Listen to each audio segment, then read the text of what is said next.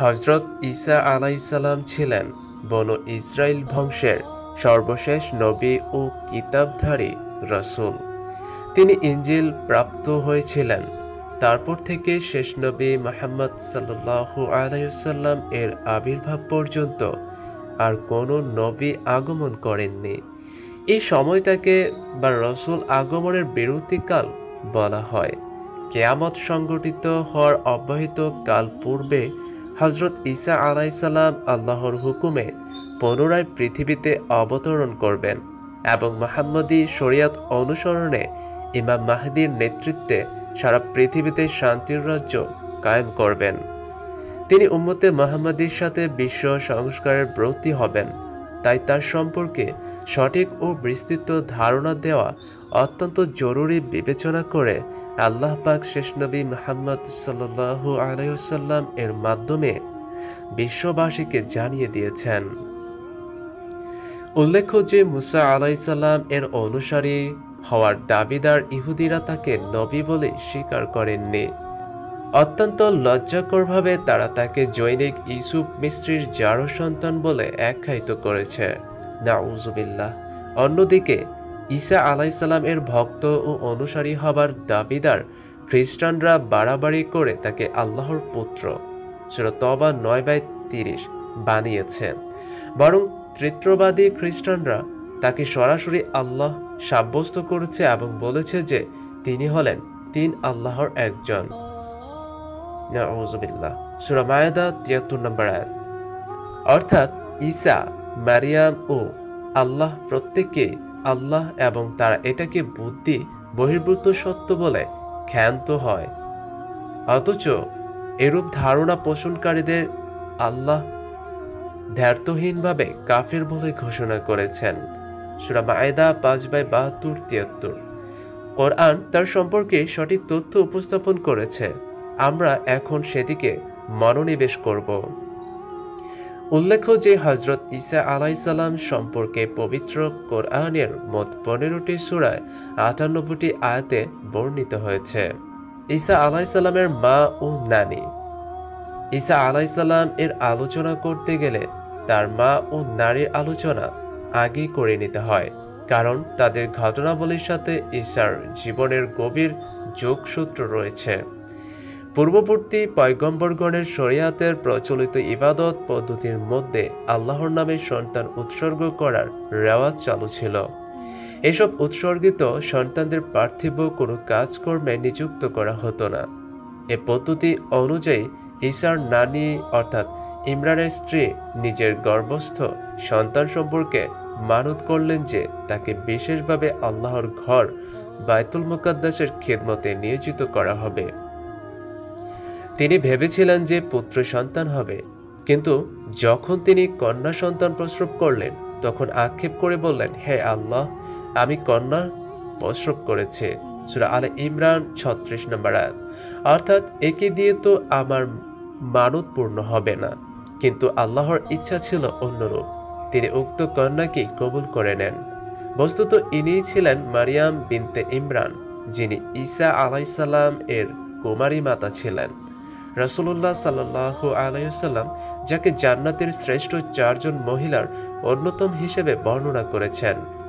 যেমন তিনি বলেন, অর্থাৎ জান্নাতবাসী মহিলাগণের মধ্যে সেরা হলেন ৪ জন: খাদিজা বিনতে খুয়াইলিদ, ফাতেমা বিনতে মুহাম্মদ, মারিয়াম বিনতে ইমরান এবং আসিয়া বিনতে মুজাহিম, যিনি ফেরাউনের স্ত্রী। মারিয়ামের জন্ম ও লালন পালন। মারিয়ামের জন্ম ও লালন পালন সম্পর্কে আল্লাহ বলেন, অর্থাৎ যখন ইমরানের স্ত্রী বলল, হে আমার প্রভু, আমার গর্ভে যা রয়েছে তাকে আমি তোমার নামে উৎসর্গ করলাম সবার কাছ থেকে মুক্তি হিসাবে, অতএব আমার পক্ষ থেকে তুমি তাকে কবুল করে নাও। নিশ্চয়ই তুমি সর্বশ্রোতা ও সর্বজ্ঞ। সূরা আলে ইমরান ৩৫ নম্বর আয়াত। অতঃপর সে যখন তাকে প্রসব করল তখন বলল, হে প্রভু, আমি তো কন্যা সন্তান প্রসব করেছি, অথচ আল্লাহ ভালো করেই জানেন সে কি প্রসব করেছে। আল্লাহ সান্ত্বনা দিয়ে বললেন, এই কন্যার মতো কোনো পুত্রই যে নেই, আর আমি তার নাম রাখলাম মারিয়াম। মারিয়ামের মা দোয়া করে বলল, হে আল্লাহ, আমি তাকে ও তার সন্তানদেরকে তোমার আশ্রয় সমর্পণ করছি অভিশপ্ত শয়তানের কবল হতে। আল্লাহ বলেন, অতঃপর তার প্রভু তাকে উত্তমভাবে গ্রহণ করে নিলেন এবং তাকে প্রবৃত্তি দান করলেন, সুন্দর প্রবৃত্তি, আর তিনি তাকে জাকারিয়ার তত্ত্বাবধানে সমর্পণ করলেন। অতঃপর ঘটনা হলো এই যে যখনই জাকারিয়া মেহরাবের মধ্যে তার কাছে আসতেন তখনই কিছু খাদ্য দেখতে পেতেন। তিনি জিজ্ঞেস করতেন, মারিয়াম, এসব কোথা থেকে তোমার কাছে এলো? মারিয়াম বলতো, এসব আল্লাহর নিকট থেকে আসে। নিশ্চয়ই আল্লাহ যাকে ইচ্ছা বেহিসাব রিজিক দান করে থাকেন। সূরা আল ইমরান 3:35-37। উল্লেখ্য যে আল্লাহর নামে উৎসর্গিত সন্তান পালন করাকে তখনকার সময় খুবই পুণ্যের কাজ মনে করা হতো, আর সে কারণে মারিয়ামকে প্রতিপালনের দায়িত্ব নেওয়ার জন্য রীতিমতো প্রতিযোগিতা শুরু হয়ে যায়। ফলে লটারির ব্যবস্থা করা হয় এবং আল্লাহর ইচ্ছায় তার বয়োবৃদ্ধ নবী হযরত জাকারিয়া আলাইহিসসালাম মারিয়ামের দায়িত্বপ্রাপ্ত হন। সূরা আল ইমরান 3:44। ঈসা আলাইহিসসালামের জন্ম ও লালন পালন। এইভাবে মেহরাবে অবস্থান করে মারিয়াম বাইতুল মুকাদ্দাসের খিদমত করতে থাকেন। সম্মানিত নবী ও মারিয়ামের বয়োবৃদ্ধ খালু জাকারিয়া আলাইহিসসালাম সর্বদা তাকে দেখাশোনা করতেন। মেহরাবের উত্তর পূর্ব দিকে সম্ভবত খেজুর বাগান ও ঝর্ণাধারা ছিল। সেখানে মারিয়াম পর্দা টাঙিয়ে মাঝে মধ্যে পায়চারি করতেন। অভ্যাসমতো তিনি উক্ত নির্জন স্থানে একদিন পায়চারি করছিলেন। এমন সময় হঠাৎ মানুষের বেশে সেখানে জিবরাইল আলাইহিসসালাম উপস্থিত হন। স্বাভাবিকভাবে তাতে মারিয়াম ভীত হয়ে পড়েন।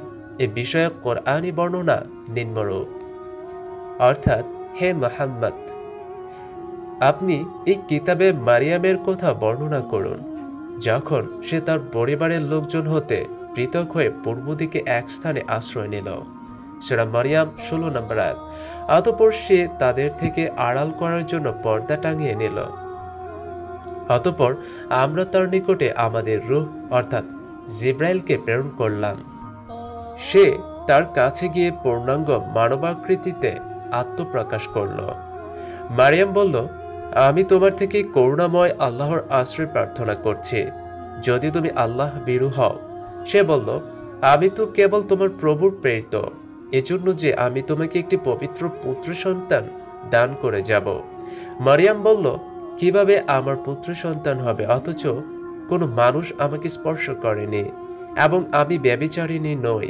সে বলল, এভাবেই হবে, তোমার পালনকর্তা বলেছেন এটা আমার জন্য সহজ ব্যাপার এবং আমরা তাকে ঈসাকে মানবজাতির জন্য একটা নিদর্শন ও আমাদের পক্ষ হতে বিশেষ অনুগ্রহ রূপে পয়দা করতে চাই। তাছাড়া এটা পূর্ব থেকে নির্ধারিত বিষয়। সূরা মারিয়াম 19:16-21।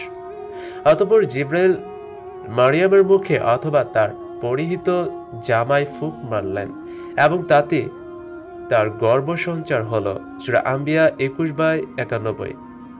সূরা তাহরিম 66:12। অন্য আয়াতে একে আল্লাহর কালেমা অর্থাৎ কুন হও বলা হয়েছে।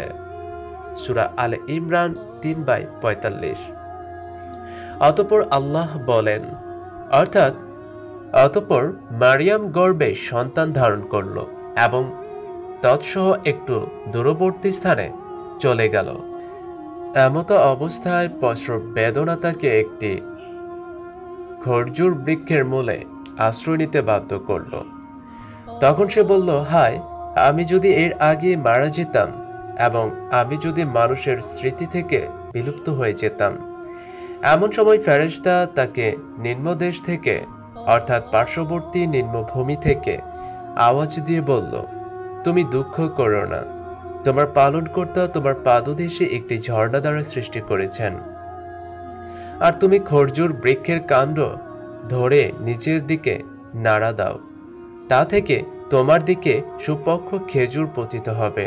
তুমি আহার করো, পান করো এবং স্বীয় চক্ষু শীতল করো। আর যদি কোনো মানুষকে তুমি দেখো তবে তাকে বলে দিও যে আমি দয়াময় আল্লাহর জন্য সিয়াম পালনের মানত করেছি। সুতরাং আমি আজ কারোর সাথে কোনো মতেই কথা বলবো না। সূরা মারিয়াম 19:22-26। উল্লেখ্য যে ইসলাম পূর্বকালের বিভিন্ন শরিয়াতে সম্ভবত সিয়াম পালনের সাথে অন্যতম নিয়ম ছিল সারাদিন মৌনতা অবলম্বন করা। হজরত জাকারিয়া আলাইসাল্লামকেও সন্তান প্রদানের নিদর্শন হিসাবে 3 দিন সিয়ামের সাথে মৌনতা অবলম্বনের নির্দেশ দেওয়া হয়েছিল।